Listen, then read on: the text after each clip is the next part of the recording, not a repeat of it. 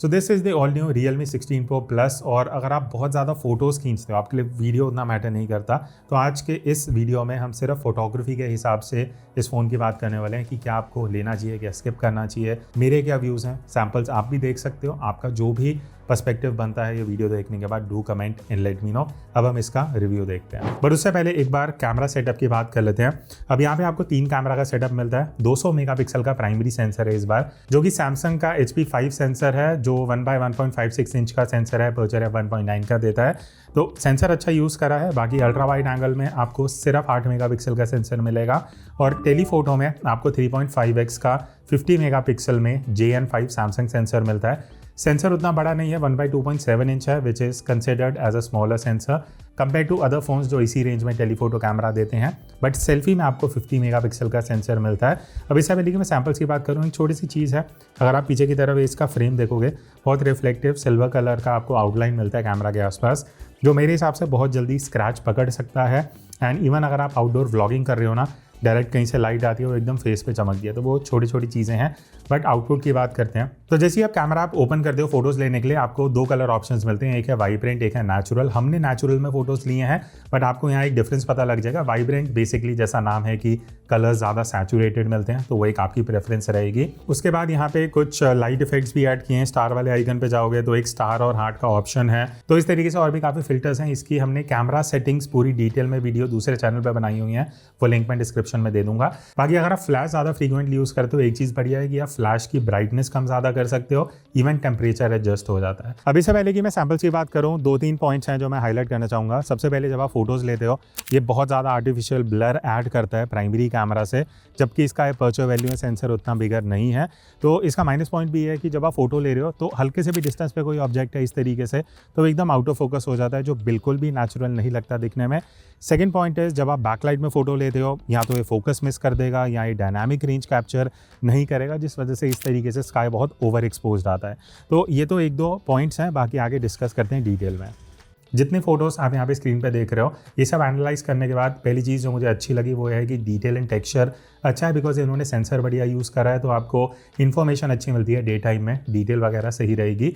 बाकी अगर मैं बैकग्राउंड ब्लर की बात करूँ, ऑल्दो सेंसर इतना बड़ा नहीं है, स्टिल आपको अगर थोड़े से भी क्लोज डिस्टेंस से फोटो लोगे, बैकग्राउंड में ब्लर मिल जाएगा। अब ये ऑप्टिकल ब्लर नहीं है, जितना मैंने एनालाइज करा है ये आर्टिफिशियली ऐड करके दिया जा रहा है। तो अगर आपको थोड़ा सा ब्लर इफेक्ट पसंद है तो बढ़िया रहेगा, बट बैकग्राउंड कहीं ना कहीं थोड़ा सा सॉफ्ट कर देता है, उसका एक ये माइनस पॉइंट है।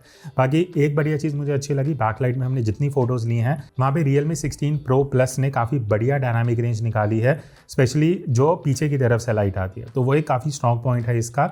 बट जो अच्छी चीज़ें मुझे नहीं लगी, सबसे पहले फेस टोन जो है वो उतना एक्यूरेट नहीं है। मुझे फेस बहुत बार थोड़ा कूलर टोन पे जाते हुए दिखा, कभी बहुत ज़्यादा वार्म भी जा रहा था, तो वो कंसिस्टेंसी नहीं है। Even highlight control is not that good, कई बार फेस थोड़ा ओवर एक्सपोज जाता है। ऑल ओवर इमेज की भी मैं अगर बात करूँ डायनामिक रेंज में, उतना कंसिस्टेंसी नहीं है, जो काफ़ी बेटर हो सकता था। बाकी शैडो रिकवरी अच्छी कर लेता है, बस वो हाईलाइट में थोड़ा स्ट्रगल करता है। बाकी अगर मैं कलर्स की बात करूँ, अगर आप नेचुरल मोड में लेने वाले हो, आपको उतने वाइब्रेंस नहीं मिलेगी, उतनी सैचुरेशन नहीं है, तो अगर आपको वो चाहिए तो वाइब्रेंट मोड पे फोटोज़ ले लेना। बाकी एक और मुझे चीज़ जो उतनी बढ़िया नहीं लगी वो ये है कि जो स्काई के कलर्स हैं ना, वो उतने वाइब्रेंट नहीं आते, जो देखने में हमें पता है कि ब्लू कलर है, बट कहीं ना कहीं फोटोज़ में वो निकल के नहीं आ पाता।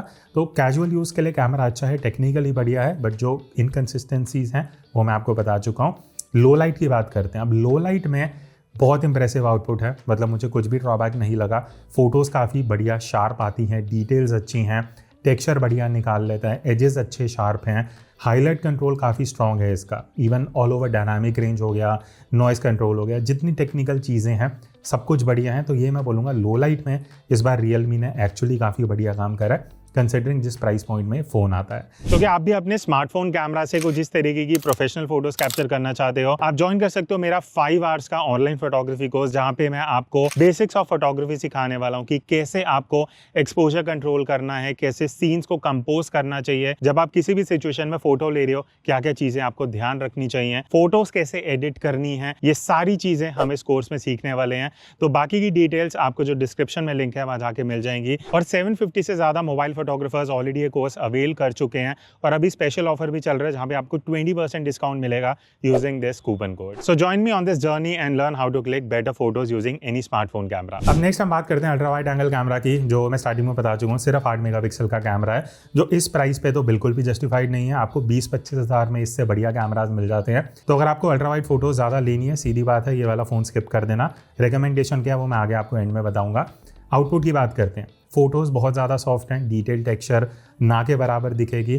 प्रोसेसिंग भी जो है वो भी बहुत वॉश्ड आउट लगती है। वॉश्ड आउट से मेरा मतलब है कॉन्ट्रास्ट उतना अच्छा नहीं है, इवन कलर्स डिसैचुरेटेड आते हैं।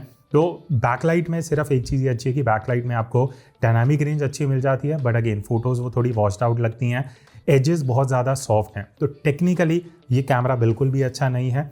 हाँ, थोड़ा डायनामिक रेंज बैकलाइट में अच्छा मिल जाता है, बट उसके अलावा चाहे आप डे टाइम में फ़ोटो लो, चाहे फ्रंट लाइट में लो, चाहे साइड में लो, जिस भी सिचुएशन में आप अल्ट्रा वाइड से फ़ोटोज़ लेने वाले हो, रिजल्ट तो आपको बिल्कुल भी यूजेबल नहीं मिलेगा। लो लाइट की मैं बात करता हूँ, हाँ वहाँ पे रियलमी ने थोड़ा डिसेंट काम करा है। शाम को रात को अगर आप इस तरीके की फ़ोटोज़ लोगे तो टेक्सचर डिटेल अच्छा है, फ़ोटोज़ आपको प्रोसेस होकर थोड़ी शार्प मिल जाएंगी, हाईलाइट कंट्रोल वगैरह अच्छा है। बट अगेन मैं बोलूँगा जिस प्राइस पॉइंट पे आप ये फ़ोन खरीदने वाले हो उस हिसाब से तो आउटपुट आपको लो लाइट में नहीं मिलेगा। Now moving on to third camera. अब यहाँ पे आपको टेलीफोटो कैमरा मिलता है 3.5x का, जिसकी आप यहाँ फ़ोटोज़ देख सकते हो। तो एक चीज़ है कि सेंसर थोड़ा बिगर है, तो एक चीज़ है कि टेलीफोटो में आपको जो सेंसर मिलता है उस वजह से बैकग्राउंड ब्लर आपको थोड़ा अच्छा खासा देखने को मिल जाता है, बट डिटेल्स एंड टेक्सचर मुझे उस हिसाब से नहीं लगा। अगर आप 40,000 स्पेंड कर रहे हो एक फ़ोन में टेलीफोटो कैमरा यूज़ करने के लिए, अल्ट्रा वाइड भी उतना अच्छा नहीं है, तो यहाँ पे डिटेल टेक्सचर कहीं ना कहीं मुझे मिसिंग लगी। थोड़ा सा सॉफ्टनेस ऐड होता है, बाकी कलर्स में उतना वाइब्रेंस नहीं है, तो वो देखने में थोड़ा सा आपको ऐसा लगेगा कि एडिट करनी पड़ सकती है। बट प्लस पॉइंट ये है कि डायनामिक रेंज अच्छा है फ़ोटोज़ का, शैडो रिकवरी है बढ़िया कर लेता है फ्रंट लाइटिंग में, जितनी आप यहाँ फ़ोटोज़ देख रहे हो, तो उस हिसाब से आउटपुट अच्छा है in terms of processing. Even backlight में बहुत बढ़िया डायनामिक रेंज निकाल के देता है। बट स्किन टोन, क्योंकि अगर आप जूम करके ज़्यादा अपनी फ़ोटोज़ या फ्रेंड्स एंड फैमिली की फ़ोटोज़ लेने वाले हो, वहाँ पे स्किन को ये कहीं ना कहीं वार्म कर देता है, तो कंसिस्टेंसी की दिक्कत अभी यहाँ पे भी है। तो I would say it is not ideal for social media use. अगर आप सीधा खींच के 3.5x से फ़ोटोज़ बढ़िया वाइब्रेंस और ये सब एक्सपेक्ट कर रहे हो, वो कहीं ना कहीं आपको एडिटिंग में निकालना पड़ेगा या फिर आपको वाइब्रेंट मोड पे जाना पड़ेगा। बाकी लो लाइट की अगर मैं बात करूँ, टेलीफोटो में भी रियलमी ने काफ़ी बढ़िया काम करा है प्रोसेसिंग में, फ़ोटो शार्प निकल के आती हैं, डिटेल टेक्सचर बढ़िया है लो लाइट के हिसाब से, नॉइस कंट्रोल भी काफ़ी हद तक अच्छा है। अगर आप जितनी फ़ोटोज़ देखोगे जहाँ अंधेरा है आपको ईजिली नॉइस नहीं दिखेगा। इवन जो हाईलाइट कंट्रोल है, कुछ बोर्ड्स होंगे, कुछ लाइट सोर्स होंगे, उसको ये बढ़िया कंट्रोल कर लेता है। तो लो लाइट में रियलमी 16 Pro Plus बहुत बढ़िया है, चाहे वो टेलीफोटो हो या इवन बाकी कैमरास। यहाँ पे मैं 10x फ़ोटोज़ की भी कुछ बात करना चाहूँगा, बिकॉज हमने कुछ जूम करके फ़ोटोज़ ली हैं that I want to show. Surprisingly यहाँ पे आउटपुट अच्छा है, मतलब 10x के हिसाब से डिटेल्स अच्छी हैं, टेक्सचर काफ़ी बढ़िया है और फोटोज़ को प्रोसेस अच्छे से करता है। कई फ़ोन ना ओवर शार्पन लुक देते हैं, वो चीज़ यहाँ पे नहीं है। जो देखने में आउटपुट ऐसा लगता है कि हाँ ये 10x वाली फ़ोटोज़ भी हम सोशल मीडिया पे इजीली यूज़ कर सकते हैं एंड कॉन्ट्रास्ट वाइब्रेंस भी बढ़िया निकालता है। तो ये था एक detail camera comparison in terms of photography. तो आप लोग बताना कमेंट करके कि आपको इसका आउटपुट कैसा लगा, कितना आप रेट करोगे out of 10, because I would personally love to know कि आपके क्या ओपिनियंस हैं about the Realme 16 Pro Plus। बाकी अगर आप डिटेल में इसका वीडियो रिव्यू देखना चाहते हैं, पोर्ट्रेट मोड कैसा काम करता है, वो दोनों वीडियोज़ भी मैंने इस चैनल पर अपलोड कर दी हैं, आप जाके चेक कर सकते हो।